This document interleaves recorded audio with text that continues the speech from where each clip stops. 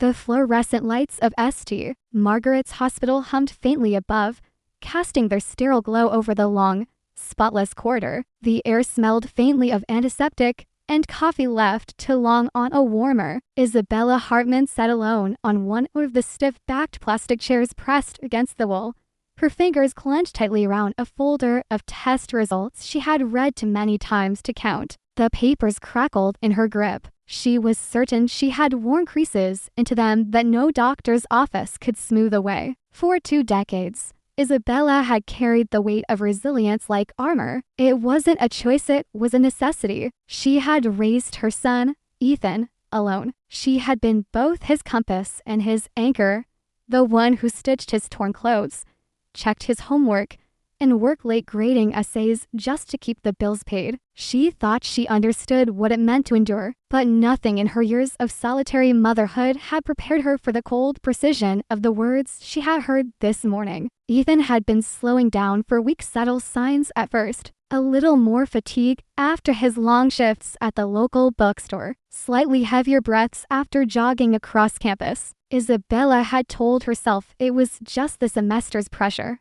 his double load of classes, the quiet intensity he always poured into everything. She wanted to believe it was nothing, until the phone call, until the morning he collapsed. The emergency room had been a blur of flashing monitors and clipped instructions. Isabella's heart had pounded in her ears as a nurse rattled off numbers: oxygen saturation, heart rate, blood pressure, each one sharp enough to cut into her chest. Then Dr. Amanda Foster had appeared, her expression composed, but carrying the heaviness of someone who delivered life-altering news far too often. Isabella could still hear the doctor's voice, steady but softened. A rare genetic condition affecting the heart muscle, silent for years, progressive. And then the words that had made her knees go weak. Without immediate intervention, months at most. The treatment existed, a highly specialized surgery, performed by only a handful of surgeons in the world. But the price tag was staggering, even with insurance. Hundreds of thousands of dollars, or some that might as well have been the moon. Dr. Foster had handed her a list of charities and foundations that sometimes funded desperate cases. But the wait lists were long, and time wasn't on Ethan's side. Now Isabella sat in the hallway, the weight of those numbers pressing down on her like lead. She had already called everyone she could think of: her sister, a few trusted friends, old colleagues. They had offered what they could, but it wasn't nearly enough. Her eyes drifted down to her phone. There was one number she hadn't dialed in 20 years. It sat in her contacts like a relic from another lifetime. Alexander Graves. The name alone sent a tremor through her chest. The man who had once been her entire future. The man who had left her standing in the doorway of their tiny apartment with nothing but a note and a check that had felt more like an insult than help. The man who had never met his son. For a moment, she was 23 again, sitting on the edge of a sagging mattress, holding a pregnancy test in her shaking hands. She remembered the way Alexander had smiled, then sharp, confident, promising her the world as if it were a simple thing to deliver. For 3 weeks after she told him, they had planned in hurried whispers and stolen moments, talking about baby names, futures, the life they'd build together. And then he was gone. No fight, no warning, just a letter full of careful words meant to soften the blow. I'm not ready. I have plans. You'll be better off without me. He had left a check on the counter. She had torn it in half before she even finished reading it. In the years that followed, Alexander Graves had transformed himself from the young, ambitious entrepreneur she'd once loved into a man whose name was whispered in boardrooms and splashed across business magazines. His company, Graves Technologies, had redefined global security systems. His fortune had grown into something that could shift markets with a single move. Isabella had followed his career from a distance, not because she wanted him back, but because a part of her had wanted proof that he'd chosen ambition over family. And she'd gotten it. She had raised Ethan to be everything his father wasn't: kind, grounded, compassionate. Ethan knew Alexander existed, but only as a choice she had once made, and a man who had chosen something else. Now pride was a luxury she couldn't afford. Her finger hovered over his name on the screen. For a long moment, she just stared at it,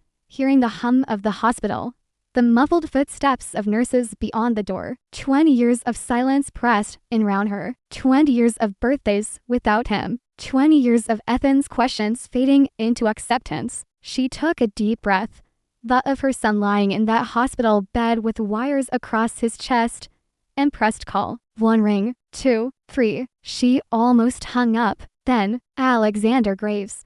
His voice was deeper now, smoother, threaded with the command of a man who was used to being obeyed. But it was still him. Her throat tightened. Alexander, it's Isabella Hartman. The silence that followed was a living thing. She heard a chair creak, papers shifting, the faint buzz of an office in the background. This is unexpected, he said finally. Isabella shut her eyes against the sting. Unexpected, as if this were a casual interruption, not a desperate call for their son's life. I need your help, she said, skipping the pleasantries she couldn't bear to pretend at. It's about Ethan, your son. Another pause. Longer this time. She could almost feel the weight of the realization on the other end of the line. My son, Alexander repeated, slowly, as if trying the words for the first time. He's 19, Isabella said, her voice finding its steel. Brilliant, kind, everything you would be proud of if you'd been here to see it. And he's dying. The words landed between them like a blow neither could dodge. Alexander didn't speak at first. Isabella could almost hear the faint change in his breathing, the pause of a man who was rarely caught off guard. Finally, his voice came low and measured. Dying, it's his heart, Isabella explained, each syllable scraping against her throat. A rare genetic condition. It's been progressing silently for years, without immediate surgery. A highly specialized, experimental procedure has months at most.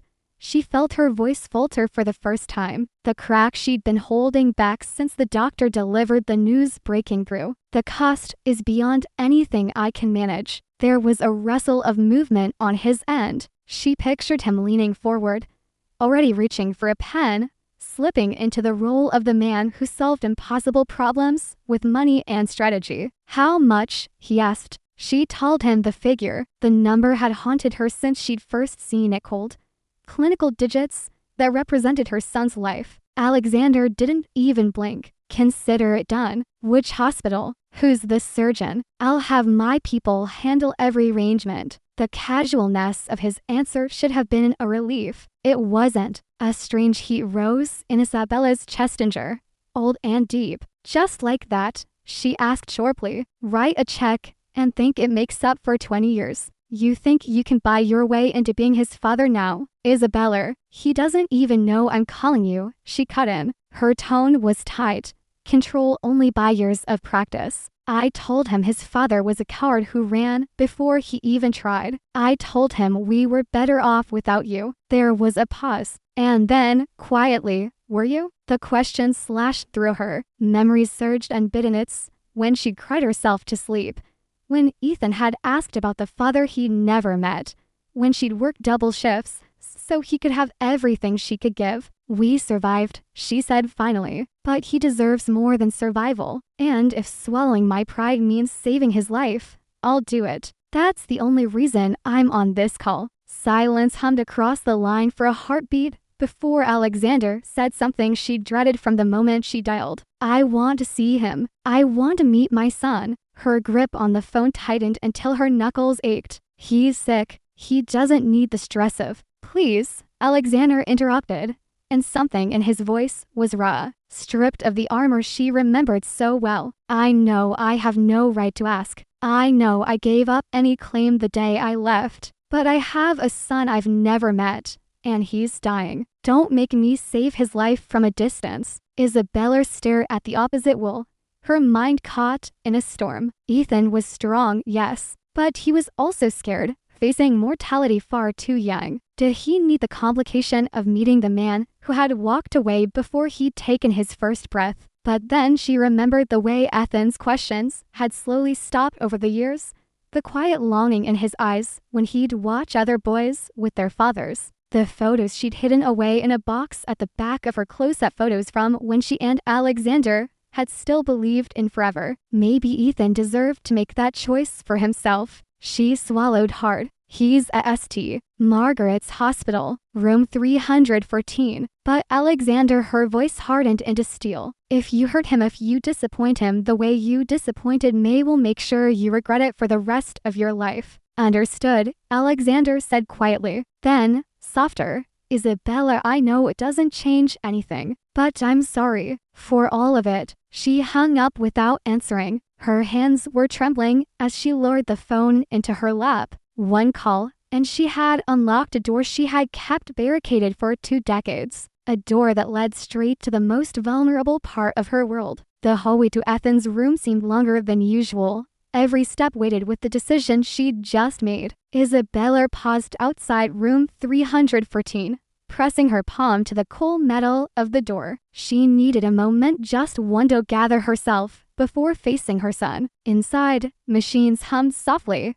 A steady reminder that each breath he took was borrowed time until the surgery. Ethan was awake, propped up slightly against his pillows, a textbook open on his lap despite the fatigue that had hollowed his cheeks. His dark eyes so much like hers, though she could now see traces of Alexander in their shape, lifted when she entered. "Hey, Mom," he said with a small smile. "You look like you've seen a ghost." She moved to his bedside, taking his hand, feeling the warmth and life in it, grounding herself. "Maybe I have." She tried for a light tone, but it came out quieter, more fragile than she intended. He studied her for a beat, the way he always did when he sensed she was holding something back. "What's going on?" She pulled the chair closer and sat. "Ethan, there's something we need to talk about. Something important." He closed the textbook, giving her his full attention. "It's about your father." A flicker of surprise crossed his face,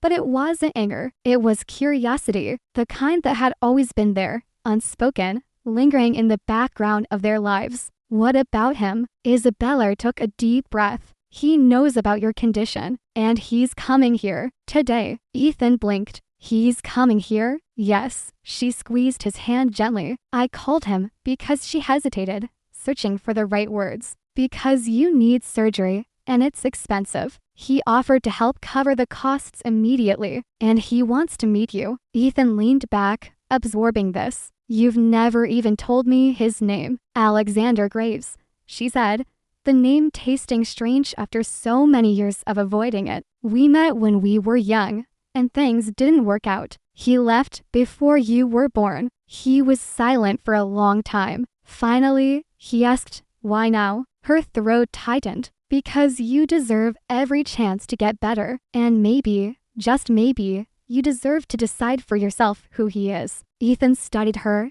his expression unreadable. Then he gave a small nod. "Okay, let's see who he is." Isabella felt a rush of both relief and dread. She leaned over to kiss his forehead. "He'll be here in a few hours." As she left the room, her heart pounded with the awareness that somewhere in the city, Alexander was on his way. And when he walked through those hospital doors, 20 years of silence would collapse into a single moment that could either heal or shatter them all over again. The clock in the hospital corridor ticked in sharp, deliberate beats, each second pulling Isabella Hartman closer to the moment she'd been dreading for 20 years. She stood at the window opposite room 314, her arms folded tightly across her chest, eyes fixed on the street below. It was a crisp autumn afternoon. Through the glass, she saw the swirl of golden leaves caught in the wind. Somewhere down there, she knew, Alexander Graves was arriving. She almost wished she hadn't called him. Almost. But every time she glanced through the open doorway to see Ethan lying pale against the white sheets, the monitors keeping their steady rhythm, she knew there had been no other choice. Footsteps echoed at the far end of the corridor, heavy, measured, confident, so different from the uncertain young man she remembered. She turned, and there he was. Alexander Graves stood in a tailored charcoal suit that seemed out of place in the hospital's muted light. His dark hair was shorter now, threaded lightly with silver at the temples. His jaw was sharper, his shoulders broader, but his eyes with the same deep gray that had once made her believe every promise he'd whispered. He stopped a few feet away. For a moment, neither of them spoke. The air between them was thick with 20 years of unasked questions. Isabella, his voice was low, controlled, but she caught the subtle tremor beneath it. Alexander, she straightened, keeping her expression neutral. They stood like that, to people bound by the same bloodline running through the boy in room 314, yet separated by decades of silence. How is he? Alexander asked finally. He's tired, weak, but holding on. May I see him? Her instinct was to refuse, to shield Ethan from any shock, but she'd made a decision that morning. Ethan deserved the choice. She stepped aside. He's awake. Alexander moved toward the door, his pace slowing as he neared it. Isabella followed him in, staying close enough to catch every flicker of expression on Ethan's face. Ethan looked up from his bed, and for a heartbeat, he froze. His gaze traveled from Alexander's polished shoes to the lines of his suit, then to his face. So you're him. Alexander stopped at the foot of the bed. Yes, I'm your father. Ethan's expression didn't soften. Father, that's a word you have to earn. Isabella's heart squeezed at the quiet defiance in her son's voice. Alexander's lips pressed together. You're right, he said. I haven't earned it, but I'd like to try if you'll let me. Ethan tilted his head, studying him. Why now? Alexander's answer was immediate. Because I didn't know you existed until your mother called me this week. Isabella flinched. That was technically true. She'd never told him she kept the baby, but there was a wealth of context missing. Ethan glanced between them. So she didn't tell you? No, Alexander said quietly. But I should have asked. I should have stayed. That's on me. The room was silent except for the steady beeping of the heart monitor. Ethan leaned back against his pillows. You can't undo 19 years in a hospital room. I know, Alexander replied. But I can be here now. I can help make sure you have a future. Isabella watched as Ethan's gaze lingered on Alexander's face, searching for something sincerity. Maybe, whatever he found, it was enough to keep him from turning away. You want to help? Ethan asked. Stay, not just for today. Stay through the surgery, through the recovery. No disappearing when it's inconvenient. Alexander nodded. I can do that. Ethan's eyes narrowed slightly, as if testing him. We'll see. A nurse entered then, smiling politely, but making it clear the visit needed to be brief. Mr. Graves, Miss Hartman needs to rest now. Alexander took a small step back, but his eyes didn't leave Ethan's. I'll be here tomorrow morning. Ethan gave a faint nod, already looking tired. We'll see, he repeated, before closing his eyes. Outside the room, Isabella led Alexander toward the end of the hallway. She could feel the weight of his presence beside her, could almost hear the unspoken questions forming in his mind. Why didn't you tell me? He asked finally. She stopped, turning to face him. Because you made it clear what your priorities were. You left, Alexander, and I wasn't going to chase you with a child you never asked for. His jaw tightened, but there was no anger, just regret. I should have stayed. Yes, she said. You should have. They stood there, two people with a shared history and a son whose life now depended on their cooperation. Finally, Alexander exhaled slowly. I'll cover every cost, whatever he needs. But more than that, I want to be here. I want to know him. Isabella studied him for a long moment. Then don't make promises you can't keep. He's had enough of those. Alexander nodded once. I'll prove it. She searched his face for any trace of the man she used to know. There were fragment shadows of the boy who had once made her laugh at midnight in a cramped apartment kitchen, but there was also something new. A steadiness, maybe, or the weight of years lived without what truly mattered. Tomorrow at 9, she said finally. He'll be expecting you. As Alexander walked away, Isabella stood alone in the corridor, the autumn light spilling through the windows at her back. She didn't know if she could trust him. She didn't know if Ethan should. But for the first time in years, there was a possibility of fragile, dangerous possibility her son might have the one thing she could never give him alone, a father. The night before Ethan's surgery, the hospital corridors were quieter than usual. The cafeteria had closed hours ago, the bright chatter replaced by the muted hum of machines and the occasional squeak of nurses' shoes against polished linoleum. Isabella Hartman sat in the dimly lit family lounge just down the hall from her son's room, a half-empty cup of tea cold beside her, and touched for nearly an hour. She was pretending to read a book, but the words blurred on the page. Her mind was elsewhere, already in the operating room, already counting every minute of the long, delicate procedure. She didn't hear Alexander Gray's approach until his shadow fell across her page. "You should get some rest," he said quietly. She looked up. He'd shed the suit jacket, rolling the sleeves of his white dress shirt to his elbows.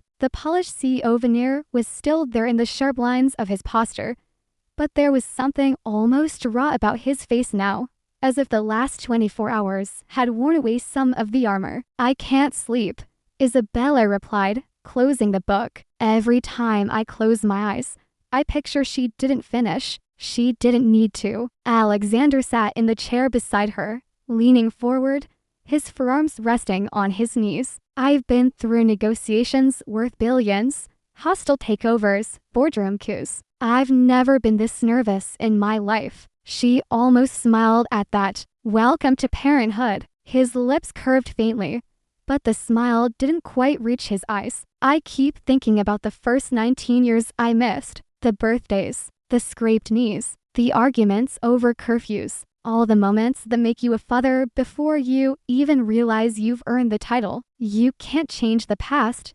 Isabella said gently. "You can only decide what you'll do with what's left." He nodded slowly. "What's left, that's what scares me. What if tomorrow doesn't go the way we hope? What if I'm too late?" Isabella's gaze softened. "Then you'll know you showed up when it mattered most. And for Ethan, that will mean something." They sat in silence for a moment, the quiet settling between them like a fragile truce. Then Alexander spoke again, his voice lower, more hesitant. "May I ask you something?" She met his eyes warily. "Go ahead. Why didn't you tell me you were pregnant? Not why you didn't chase me after I left, you get that. But back then if you'd told me, maybe I would have stayed." She interrupted. He hesitated. "Maybe." Isabella shook her head slowly. "You were already halfway out the door, Alexander. You had dreams bigger than anything a 23-year-old with a baby could fit into. I knew what it would do to me to hear you say you weren't ready. And I knew what it would do to a child to watch his father resent being there. So I made the choice for both of us." He absorbed that in silence. "I thought I was protecting him," she added softly. "Maybe I was also protecting myself." Alexander leaned back in his chair, exhaling heavily. "I told myself for years that walking away from people I cared about was a necessary cost of success, that I could make it up to them someday. But someday never came. Until now," Isabella said, holding his gaze. His jaw tightened. "And now it's life or death." They were quiet again, both lost in their thoughts. Somewhere down the hall, a nurse laughed softly at something, the sound oddly grounding in the otherwise still night. Finally, Alexander glanced toward Ethan's room. Does he talk about me?" Isabella hesitated. "When he was younger, yes. He'd ask where you were, what you were like. I told him you were someone I once loved, but that you had to leave for reasons that had nothing to do with him. As he got older, he stopped asking. I think that hurt more than the questions." Alexander's expression was pained. "I want to give him something to ask about again." Isabella stood then,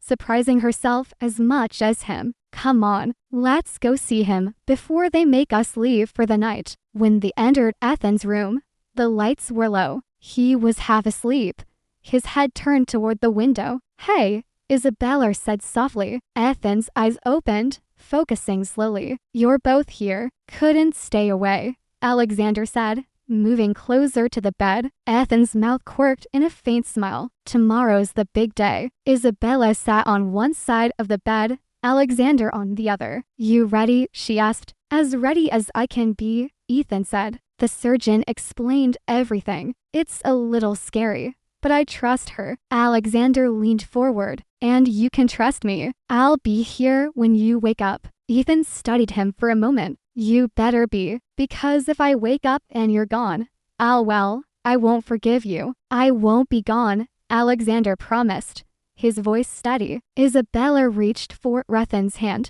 We love you, Ethan, more than anything. Ethan's eyes flicked between them, something unspoken passing in that glance. I know, he said quietly. Within minutes, he drifted back into sleep, his breathing even. Isabella and Alexander stayed there a while longer, each lost in their own silent prayers. When they finally left the room, the night felt heavier, but also strangely more certain. Tomorrow would be the storm, but tonight was the quiet before. The next morning, dawn broke pale and uncertain over St. Margaret's Hospital. The city beyond the glass walls of the cardiac wing was still stretching awake, but inside, the day had already begun in earnest. Nurses moved with quiet efficiency. The smell of disinfectant clung to the air, sharp and unyielding. At 5:45 a.m., Isabella Hartman stood beside Ethan's bed, her fingers smoothing a wrinkle in the hospital blanket for what must have been the 10th time. The soft beeping of the monitors was steady,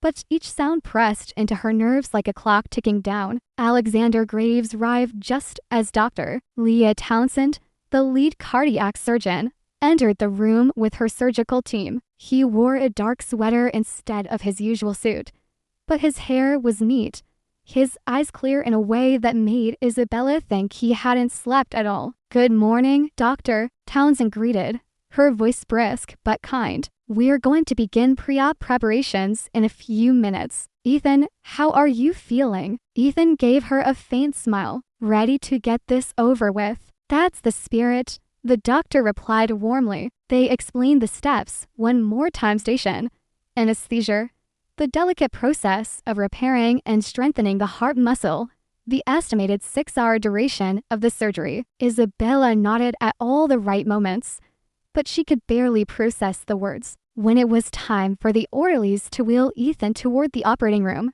she bent down to kiss his forehead. We'll be right here when you wake up, she whispered. Alexander moved closer, resting a hand briefly on Ethan's shoulder. I'll see you on the other side, son. Ethan's gaze lingered on him for a moment before he nodded. Okay, and then he was gone, the bed rolling smoothly down the hall, swallowed by the double doors of the surgical wing. The waiting room was a long, rectangular space lined with worn chairs and a few small tables stacked with magazines no one touched. Large windows let in the weak light of morning, casting everything in shades of gray. Isabella chose a seat near the corner. Alexander sat beside her, though there were dozens of empty chairs. Neither spoke at first. The silence between them was both fragile and heavy, a thread stretched taut. After 20 minutes of stillness, Alexander stood and began pacing, his long strides carrying him from one end of the room to the other. Isabella watched him for a moment,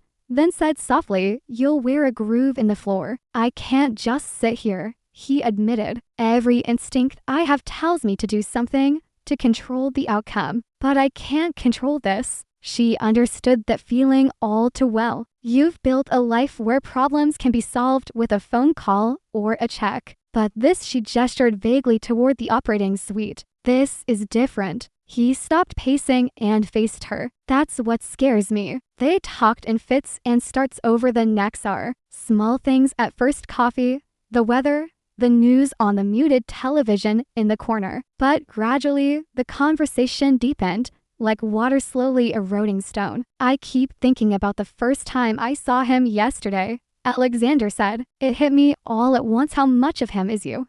But there are pieces of me too. The way he tilts his head when he's listening, the set of his jaw when he's determined." Isabella's lips curved faintly. "He's stubborn as they come." Alexander's expression softened. "He's braver than I ever was at his age." He paused, then added, "I don't deserve his trust, but I'm going to earn it." She didn't answer immediately, but her eyes searched his face, as if weighing the truth in his words. "Earning it will take more than showing up now," she said at last. I know. His tone was quiet but certain. I'm not going anywhere. By the third hour, the waiting began to feel like a living thinking animal that crept into the room and settled heavy on their shoulders. Isabella read through half a magazine without absorbing a single sentence. Alexander stared out the window, his reflection pale in the glass. It was just after 9 when Dr. Townsend's surgical assistant entered, removing his cap and mask. Isabella's heart lurched. Is something wrong? No, the assistant said quickly. The procedure is progressing as planned. Dr. Townsend asked me to update you. She's completed the most delicate phase, and everything is stable. We still have several hours to go, but so far, so good. Relief flooded Isabella so fast she had to sit back down. Alexander exhaled a breath he seemed to have been holding since dawn. Thank you, he said simply. When the assistant left, Alexander sank into the chair beside Isabella. His shoulders eased for the first time that morning. He's going to be okay, he said, almost to himself. We're not there yet, Isabella cautioned, but there was hope in her voice now. They fell into quieter conversation, the kind that didn't need to fill every silence. Isabella found herself remembering things she hadn't thought about in years: college afternoons in tiny cafes, the way Alexander used to write his plans in a leather notebook, dreaming out loud about everything he'd built. She remembered how easy it had been to believe in him once, and now, sitting here, she realized he was still that man, in some ways driven, intense, unwilling to let go of something once he'd decided it mattered. The difference was, this time, it wasn't a company or a contract he was fighting for. It was their son. By noon, they'd been in the waiting room for nearly 7 hours. The walls seemed closer now, the air heavier. Isabella stood to stretch her legs and walked to the vending machine for a bottle of water. When she returned, she found Alexander on the phone, speaking in low, clipped tones. No, cancel the meeting, he was saying. Reschedule everything for next week. I'm not leaving the hospital until he's out of recovery. He ended the call as she sat down. Business? She asked. Not today, he said firmly. And for the first time since this began, Isabella believed him. It was a little past 1 in the afternoon when the door to the surgical waiting room finally opened. Isabella had been standing by the window, her eyes fixed on nothing in particular, when the movement caught her attention. Dr. Leah Townsend stepped inside, still in her surgical scrubs, her hair tucked beneath a blue cap, a faint sheen of fatigue on her brow. She pulled down her mask, and for a brief, terrifying second, neither Isabella nor Alexander could read her expression. Then she smiled. The surgery was a success, she said, her voice carrying a steady warmth. We were able to repair the damaged muscle tissue and restore full function. His vitals are strong, and he's responding exactly as we'd hoped. Isabella's knees nearly gave out. Relief came like a wave, sudden, powerful, almost too much to hold inside. Her hands flew to her mouth, and she felt hot tears spill down her cheeks before she could stop them. Alexander was beside her instantly, one hand braced lightly at her back, not pulling her close, but anchoring her in place. His own eyes were bright, his jaw tight as he exhaled a long, unsteady breath. Can we see him? Isabella managed, her voice thick. In a few minutes, Dr. Townsend replied. He's in recovery now, still under the effects of anesthesia. But you can be there when he starts to wake up. Just keep your voices soft. There's going to be groggy and sore for a while. She went over the post-op care instructions, but Isabella absorbed only fragments, monitoring for irregular rhythms, the importance of rest, the slow process of regaining strength. All she could think about was seeing her son. They followed Dr. Townsend through the warren of hospital corridors. Alexander walked a half-step behind Isabella, his long strides careful, as though afraid to push her. Neither spoke. Their footsteps echoed faintly on the polished linoleum. The recovery ward was quieter than the rest of the cardiac wing.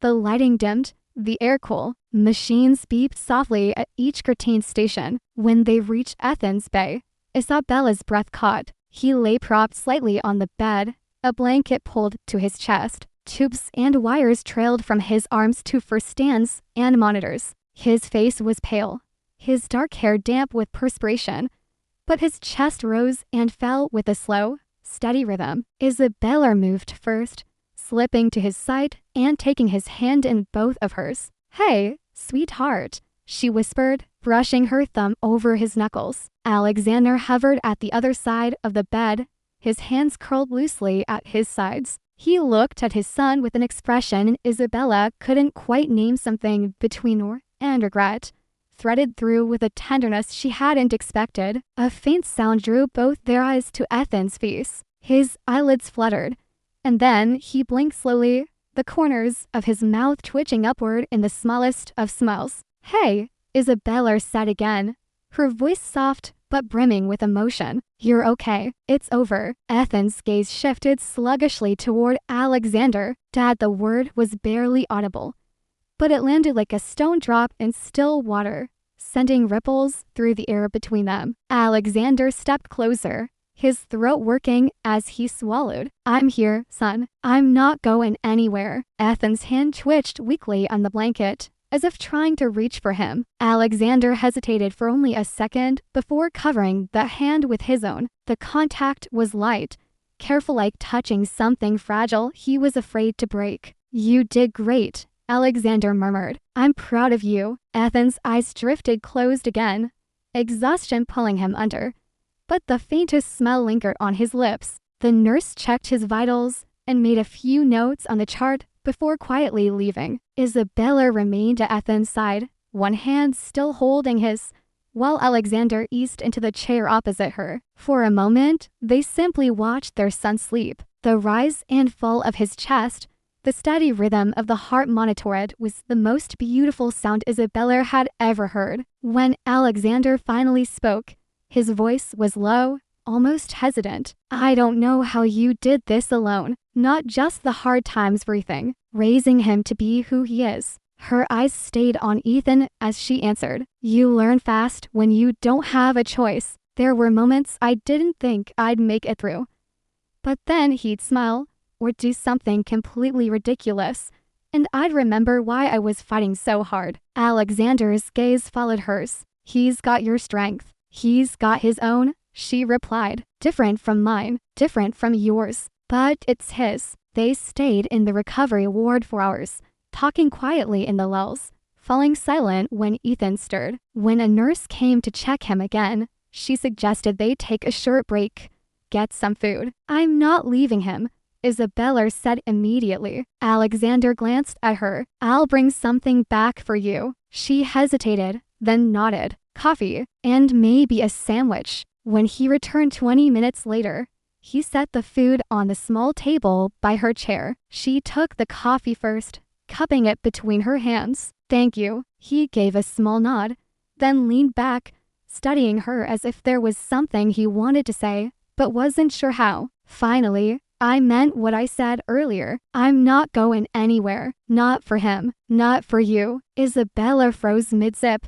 her eyes lifting to meet his. There was no arrogance in his tone, no assumption, just a steady sincerity she wasn't prepared for. "Alexander," she started to speak, but the words tangled. "Not now," he said gently. "Just remember it." She didn't answer, but something in her expression softened. Over the next day, Ethan's strength began to return in small increments. His color improved, his voice grew steadier, and the first time he asked for his laptop, Isabella almost laughed through her tears. Alexander spent most of his time in the hospital, dividing his hours between business calls taken in the hallway and quiet stretches at Ethan's bedside. More than once, Isabella caught him watching their son with a look she could only describe as reverent. One evening, after Ethan had fallen asleep, Alexander spoke without looking at her. "I've missed too much, but I want to be there for all of it now. Every milestone,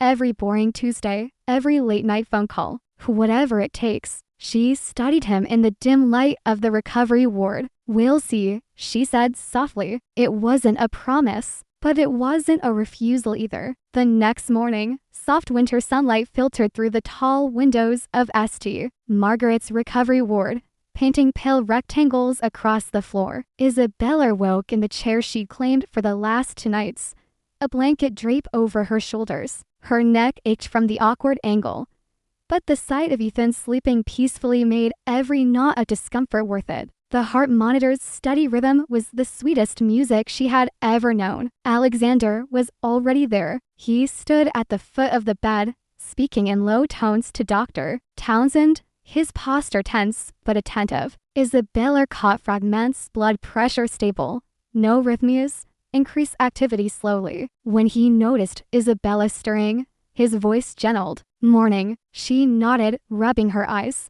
How long have you been here? Since 6, he admitted. I wanted to hear the morning report. Ethan stirred then, blinking against the light. Mom, Isabella was at his side instantly. I'm here, sweetheart. He shifted slightly, then looked toward Alexander. Dad, the word was still new, still fragile between them, but Alexander smiled faintly. How are you feeling? Like I got run over by a truck. Ethan replied with a wry grin that was pure grave sarcasm. Alexander chuckled softly, the sound carrying a hint of relief. That's a good sign. Dr. Townsend checked Ethan's vitals, listened to his heart, and reviewed the day's plan. We'll start with sitting up more, maybe a short walk in the hall if you're up to it. No marathons, just baby steps. Ethan rolled his eyes. Got it. Baby steps. By mid-morning, the 3 of them were slowly making their way down the corridor in a hospital gown, and for Paul rolling beside him, Isabella on one side, Alexander on the other. Nurses smiled as they passed, offering quiet encouragement. It wasn't a long walk, but by the time they reached the end of the hall, Ethan's breathing had quickened. Alexander adjusted his grip on the fur pole and glanced at him. Want to head back? Ethan hesitated, stubbornness flashing in his eyes, but finally nodded. Yeah, for now. Back in the room, he settled into the bed with a tired sigh. Isabella tucked the blanket around him, smoothing his hair back from his forehead. You're doing great, she murmured. Feels weird having both of you here, Ethan admitted, his gaze flicking between them. Not bad, just different. Isabella and Alexander exchanged a glance over his head of those silent acknowledgments that the road ahead would be long, and not just for Ethan's recovery. That afternoon, Alexander left briefly to take a call in the hallway. Isabella sat reading by Ethan's bed until he spoke. Mom, she set the book down. Are you mad at Dad? The question landed like a weight in her chest. Why do you ask? Because sometimes you look at him like you don't trust him, but you're polite. Isabella exhaled slowly. I don't hate your father, Ethan, but trust takes time. He wasn't here for a long time, and that hurt. Not just might hurt you two, even if you didn't know it then. Ethan nodded thoughtfully. He's trying now. She smiled faintly. I can see that. Later, when Alexander returned, Ethan was asleep again. Isabella stood and quietly stepped into the hallway with him. He asked if I was mad at you, she said without preamble. Alexander's jaw tightened. And what did you tell him? The truth. That trust takes time. He studied her face, searching for something. And do you think you'll ever trust me again? She hesitated, then looked away. I think that depends on what you do from here on out. For a moment, neither spoke. Then Alexander nodded once, as if sealing a private vow. Then I'll make sure every step counts. 2 days later, Ethan was walking the halls without the ivy pole. His color was better, his laugh louder. The nurses called him the fighter, and Dr. Townsend declared that he could be discharged by the weekend if his progress held. The news brought relief and a sudden, pressing question. Where will he go? Alexander asked Isabella in the quiet of the hospital's family lounge. To my apartment, she said automatically. It's small, but it's home. Alexander shook his head slightly. Hale needs space. Quiet. I have a house outside the city, near the coast. It's private, peaceful, plenty of room for him to recover. Her eyes narrowed. You mean your estate? Call it what you like, he said evenly. It's better suited for his recovery than your second-floor walk-up. Better suited or more controlled, she countered. His voice softened. Isabella, this isn't about control. It's about giving our son the best chance to heal. We can both stay there, if that makes it easier. Neutral ground. She studied him for a long moment, weighing the offer against her instinct to protect her hard-won independence. Finally, she said, we'll see how he feels about it. That evening, they brought the idea to Ethan. He listened, then shrugged. Honestly, I wouldn't mind the ocean, and it might be nice having both of you vown. That last part caught Isabella off guard. Both of us. He grinned faintly. Yeah, you know, like a family. The word hung in the air, fragile and full of promise. Alexander didn't say anything, but his eyes met Isabella's over Ethan's bed, and in that moment, there was an unspoken agreement whatever their history. Whatever wounds remained, they would find a way to stand together for their son. The day Ethan was discharged, winter skies hung low and heavy with the promise of rain. Alexander had insisted on arranging a private car black, with tinted windows and more legroom than most small apartments. Isabella had wanted to take her own battered sedan, but Ethan, still pale but grinning, had declared that riding in style was part of the healing process. So she climbed into the back seat beside her son, while Alexander slid in on the other side. The drive was quiet at first, filled only with the muted hum of the engine and the rhythmic sweep of windshield wipers. Ethan dozed halfway through the trip, his head leaning gently against Isabella's shoulder. She watched him breathe, each steady rise and fall of his chest easing a little of the tension that had lived in her body for weeks. Alexander's gaze flicked toward them once, reflected in the dark glass of the divider. Something unreadable passed through his expression. Regret,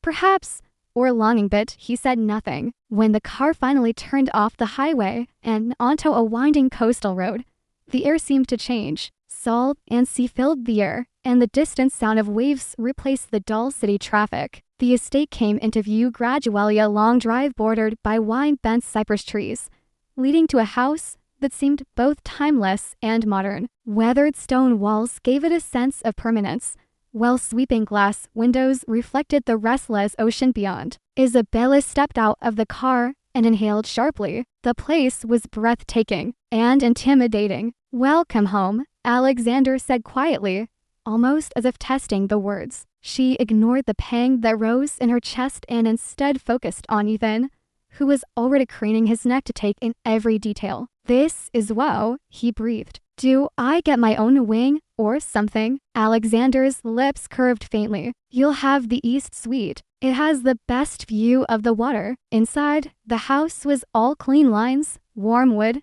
and subtle luxury. Not ostentatious, but deliberative repainting. Every piece of furniture chosen with care. Floor-to-ceiling windows framed the ocean like living art, and somewhere deep in the house, Isabella could hear the steady crackle of a fireplace. A housekeeper named Marisol greeted them warmly, fussing over Ethan as if he were her own. We've set up everything you'll need, Mio, she told him. Fresh linens, extra blankets, and the kitchen is stocked with everything on the doctor's list. Isabella felt a strange twist in her stomach. Alexander had thought of everything Gagan. Ethan was soon settled into his suite, which boasted a balcony overlooking the crushing surf. Isabella lingered by the door as he explored, noting the way sunlight spilled over the pale bedding, the low bookshelf already filled with novels she recognized as some of his favorites. This is perfect, Ethan said, turning to Alexander with an almost shy smile. I'm glad you think so,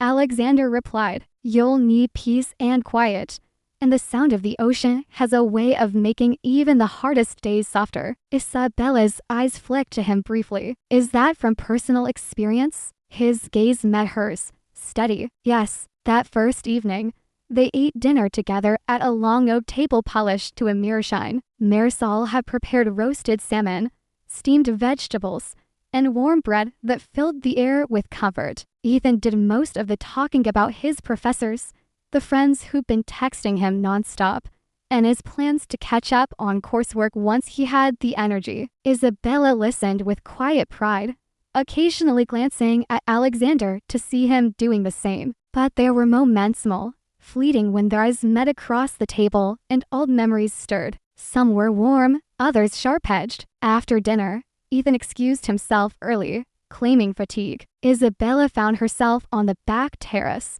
the cold sea wind tangling her hair. She wrapped her cardigan tighter around herself and stared at the dark horizon. You always did prefer the ocean to the city. She didn't turn when Alexander's voice came from behind her. The ocean doesn't pretend to be anything it's not. It's honest, sometimes rough, sometimes calm, but always real. He stepped up beside her, hands in his pockets. And the city isn't. The city's about appearances, illusions. You should know you've built an empire there. He absorbed the jab without flinching and lost something more valuable than any empire in the process. Her eyes snapped to his. Don't start this, Alexander. I'm not trying to start anything, just acknowledging the truth. They stood in silence for a while, the crash of waves filling the space between them. Finally, she spoke, her voice quieter. Ethan's happy you're here. I can see it. And you? He asked, equally quiet. She hesitated, then looked back at the sea. I'm glad for him. That's what matters. He didn't press, but the set of his jaw told her he'd heard the unspoken but. Over the next few days, a tentative rhythm emerged. Mornings began with Ethan's short walks along the garden path, flanked by both parents. Afternoons were for rest, reading, and the occasional chess match between father and son matches Ethan often won. To Alexander's mock chagrin, Isabella helped Marisol in the kitchen, cooking meals that Ethan requested. She was surprised to find Alexander joining them sometimes, chopping vegetables with practiced efficiency. One evening, while Ethan napped, they found themselves alone in the kitchen. Isabella was rinsing berries at the sink when Alexander spoke. You're good with him. Better than I could ever be. She shook her head. You don't know that. I do, he said firmly. You've been there for every moment, every scraped knee, every heartbreak. I can't change that I wasn't. She dried her hand slowly. You can't change the past, Alexander, but you can ruin the present if you keep drowning in it. His eyes searched hers, something raw flickering there. Maybe you're right, but the present feels like the only chance I have left with him and maybe with you. Her breath caught, but before she could respond, footsteps sounded in the hall. Ethan appeared, hair tousled from sleep, and the fragile moment dissolved. By the end of the week, Ethan was stronger. They celebrated with a short trip down to the rocky shoreline just beyond the estate's gardens. The three of them stood together, the wind whipping around them, sea spray dampening their clothes. Ethan laughed and unguarded, full sound that made Isabella's heart ache. Alexander stood close enough that she could feel the heat of him even in the cold wind. For a fleeting second, it almost felt like they had always been this way of family, intact. But the weight of their history hung just beyond that illusion, waiting. The ocean had a way of making time feel fluid. Days slipped past like the tides, marked only by the shift in light across the water. For the first 2 weeks at Alexander's coastal estate, life fell into a kind of fragile peace. Ethan's strength returned in small, measurable steps, a longer walk each morning, fewer naps in the afternoon, a little more color in his cheeks. Isabella clung to those changes like lifelines, determined to focus on what mattered at her son's recovery. And yet, the longer they stayed, the more she felt something shifting in the undercurrent. It began with the small things. One morning, Isabella found Alexander and Ethan sitting in the sunlit breakfast nook, their heads bent together over Ethan's laptop. They were laughing quietly, so absorbed they didn't notice her at first. Morning, she said, and both turned toward her with matching expressions. Warm, easy, connected. Alexander gestured to the screen. Your son's showing me how to beat his favorite strategy game. I'm told my tactical skills need serious work. Ethan grinned. Don't worry, Mom. I'll whip him into shape. Isabella smiled back, but inside, a complicated knot tightened. She was glad they were bonding, truly glad, but every moment they shared was a reminder of the years Alexander had missed, and a reminder that she wasn't the only center of Ethan's world anymore. That afternoon, while Ethan rested, Isabella wandered into the library, a room lined with tall shelves and the scent of old paper. She found Alexander at his desk, reading through a thick file. He looked up when she entered, his expression softening. "You've made this place feel lived in again," he said. "It's been a long time since anyone opened those windows or left a coffee mug on the terrace." She crossed her arms. "We're just guests, Alexander. This isn't permanent." "I know," he said, but his voice had that low, deliberate tone she remembered from years ago, one he used when he was already imagining the opposite of what she'd said. The tension broke into open conflict sooner than she expected. It happened on a windy Thursday, the kind of day when the ocean seemed restless, waves crashing hard against the rocks below. Ethan had overexerted himself during his morning walk, and though he brushed it off, Isabella insisted he rest. Alexander,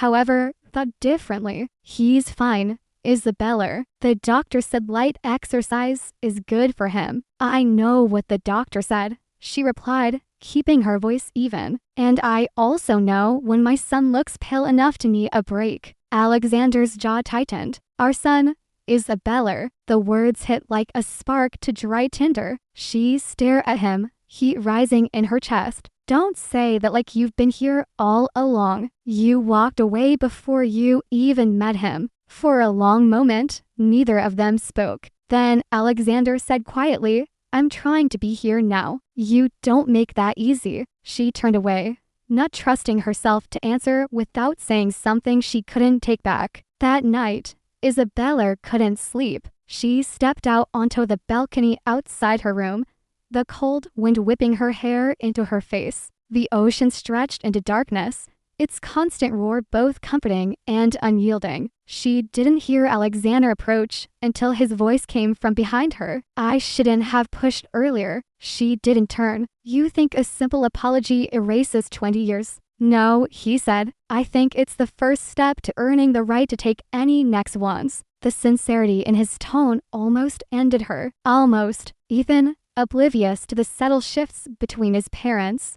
continued to thrive. By the third week, he was spending more time outside, sketching the coastline in a notebook he'd brought from the hospital. Sometimes Alexander joined him, and Isabella would watch from the terrace, the two figures silhouetted against the silver shimmer of the sea. It was during one of those quiet afternoons that Ethan asked a question that caught both his parents off guard. "Why didn't you two work out?" Isabella caught mid-step as she approached with lemonade, froze. Alexander looked over at her, clearly letting her choose whether to answer. She sat down beside Ethan and handed him the glass. "It's complicated," she said carefully. "We were young. We wanted different things." Alexander's gaze didn't leave her face. "And I made mistakes," he added. "Ones I can't undo." Ethan studied them both, as if trying to piece together a puzzle he'd only just realized was missing pieces. "Do you still care about each other?" Neither parent answered right away, and in that silence,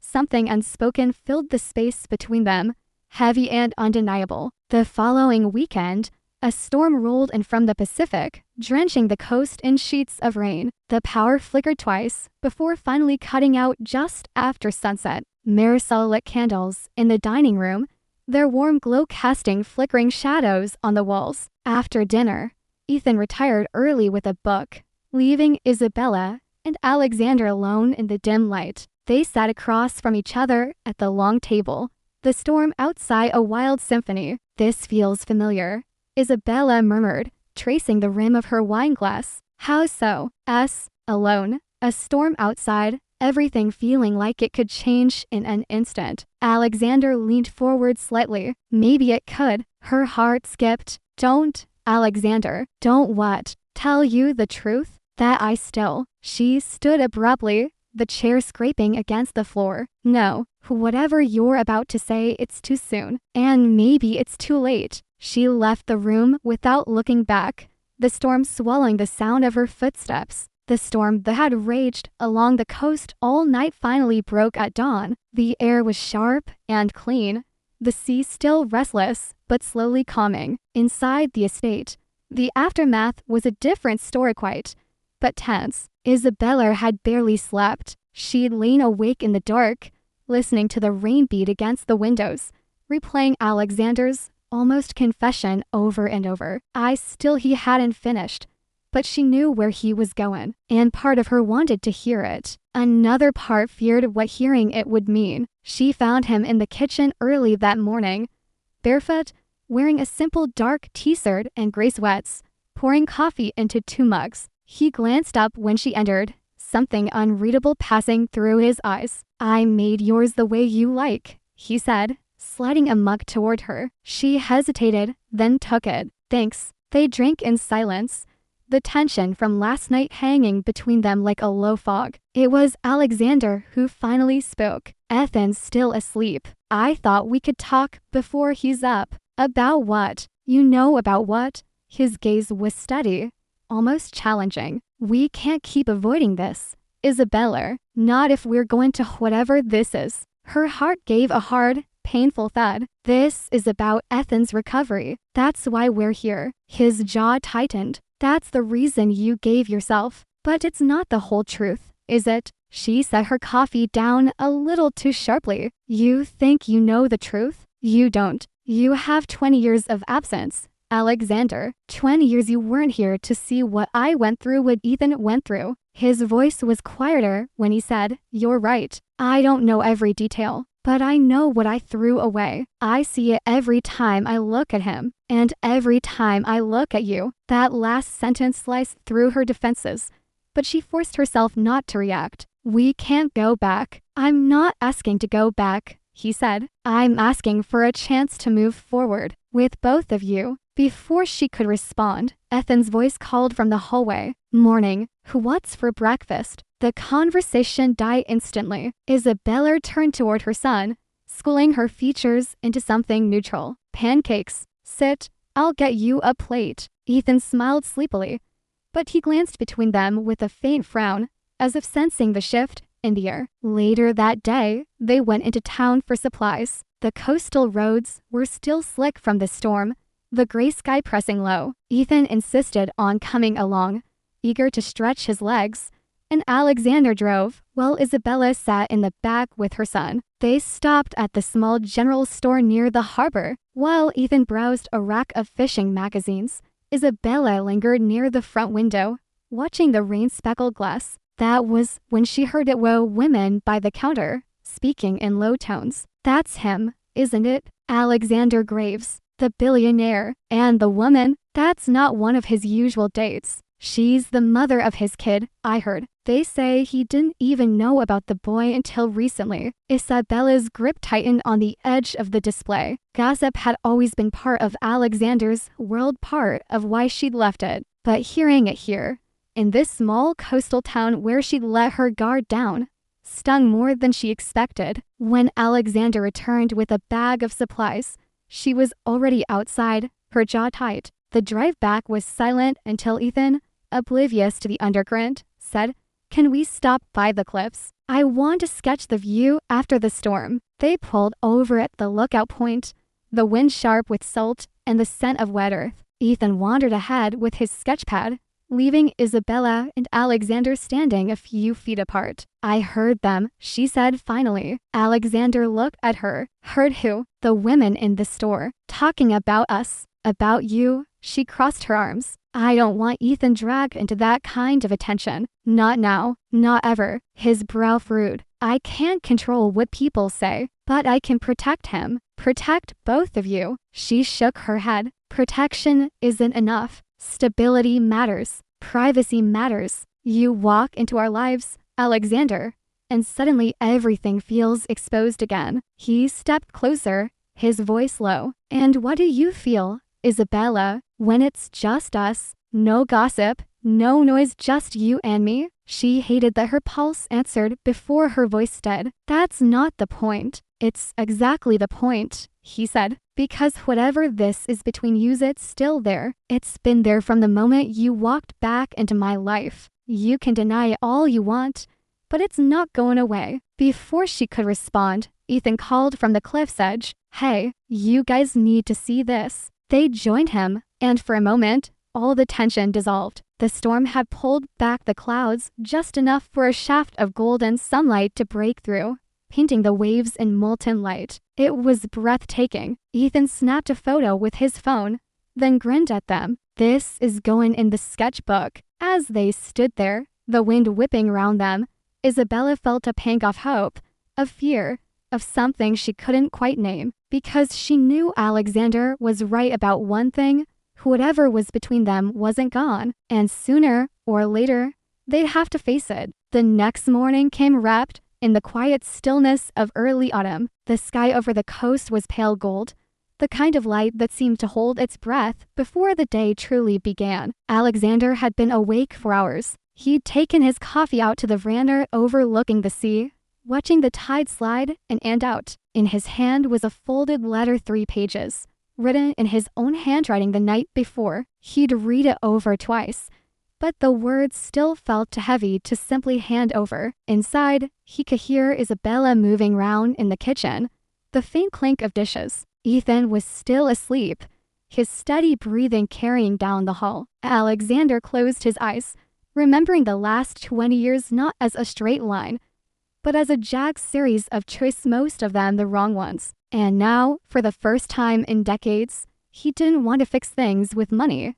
or influence, or some grand gesture. He just wanted to tell the truth, no matter what it cost. When Isabella stepped onto the veranda, she was wrapped in a soft gray sweater, her hair still a little damp from the shower. She looked at him, at the letter in his hand, and her brow furrowed. "What's that?" He held it out. "Something I should have said a long time ago." She didn't take it immediately. "You could just say it now." He exhaled. "Then I will." He set the letter down on the table between them. "Isabella, when I left all those years ago, I told myself it was for the best, that you'd be better off without me. But that was just fear talking, fear of becoming the man my father was, fear of failing you, fear of being needed in a way I didn't understand. I've had 20 years to learn that the worst thing a man can do is walk away from the people who matter most. And I did exactly that. I can't give back the birthdays I missed, the nights you stayed up alone, the questions Ethan asked that you had to answer without me. But I can be here now, not as a shadow, not as someone passing through here. If you'll let me." Isabella's eyes shimmered, but her voice stayed steady. "You think being here now erases the past?" "No," he said quietly. "It doesn't erase it, but maybe it can change what comes next." She looked away toward the horizon. "You hurt me, Alexander, not just because you left, but because you made me believe I wasn't enough to make you stay." He flinched at that, but didn't argue. "You were always enough. I wasn't." The wind lifted a strand of her hair, and he had to stop himself from tucking it behind her ear. "I'm not asking for forgiveness. I'm asking for the chance to prove that I can be the man both of you deserve." Footsteps sounded behind the Methan, rubbing sleep from his eyes, pulling on a hoodie. He paused, looking between them. "Am I interrupting?" "No," Isabella said quickly, though her voice was softer than usual. Alexander turned to his son. "I need to say something to you two." Ethan raised an eyebrow but stepped closer. "I can't make up for not being there," Alexander said. "I can't give you those years back, but I want to be in your life now, however you'll have me. If that means showing up for every boring Tuesday night dinner, or helping you with a project, or just listening, then that's what I'll do. No disappearing, no excuses." Ethan studied him for a long moment. "You mean that, with everything I have?" The silence that followed was taut, fragile. Ethan nodded. "Okay, but you're going to have to put up with a lot of sarcasm." For the first time that morning, Alexander smiled. "I think I can manage that." The day unfolded in small, unremarkable moments, making breakfast together, Ethan sketching at the kitchen table while Alexander and Isabella cleaned up. And yet, every glance, every shared word carried something unspoken but palpable, the tentative weaving of 3 lives into one. That evening, they walked down to the beach. The tide was low, leaving a wide stretch of damp sand. The sky was streaked with pink and orange, the air cool but gentle. Ethan wandered ahead, phone in hand, taking photos of the water. Alexander and Isabella trailed behind, their steps almost in sync. "You know," she said after a while, I still don't trust that you won't run when things get hard. I don't blame you, he admitted. But I'm not that man anymore. I've spent too long chasing the wrong things. You and Ethan, you're the only thing that feels right. She stopped, facing him fully. Words are easy, Alexander. Staying is harder. Then let me stay, he said. Let me earn it. The sun dipped lower, the first stars pricking through the twilight. Ethan came jogging back, a grin on his face. You have to see this, it's perfect light for a photo. He handed Alexander the phone and pulled Isabella closer, the three of them framed by the fading sun. The photo captured something none of them said aloud, the possibility of a new beginning. On the walk back, Alexander glanced at Isabella. She met his gaze for a heartbeat longer than necessary. And in that brief exchange, he felt a shift. Not forgiveness, not yet, but maybe permission to try. That night, when the house was quiet, Isabella stood at her bedroom window, looking out at the moonlit sea. She thought about the years she'd spent building walls, about the boy sleeping down the hall who'd never known his father until now, about the man who claimed he'd changed. And for the first time in a long while, she let herself imagine a future that wasn't just her and Ethan, a future where Alexander was part of their lives, not as a guest, not as a ghost, but as someone who stayed. Down the hall, Alexander sat in the dark of the guest room, the folded letter still on the table beside him. He didn't need to give it to her anymore. He'd start showing her tomorrow, and the day after that, and as many days as it took, because some promises weren't meant to be written. They were meant to be lived. The small coastal town had a way of measuring time not in months or seasons, but in tides. A year had passed since Alexander Graves stepped back into Isabella Hartman's life, and in that time, the tide had gone out and returned 100 times over each cycle, carrying with it something new. The house by the shore looked different now. The paint on the veranda railing had been redone a fresh white. Flower boxes lined the windows, and the faint hum of life inside was constant music from the kitchen. Ethan's laughter echoing down the hall.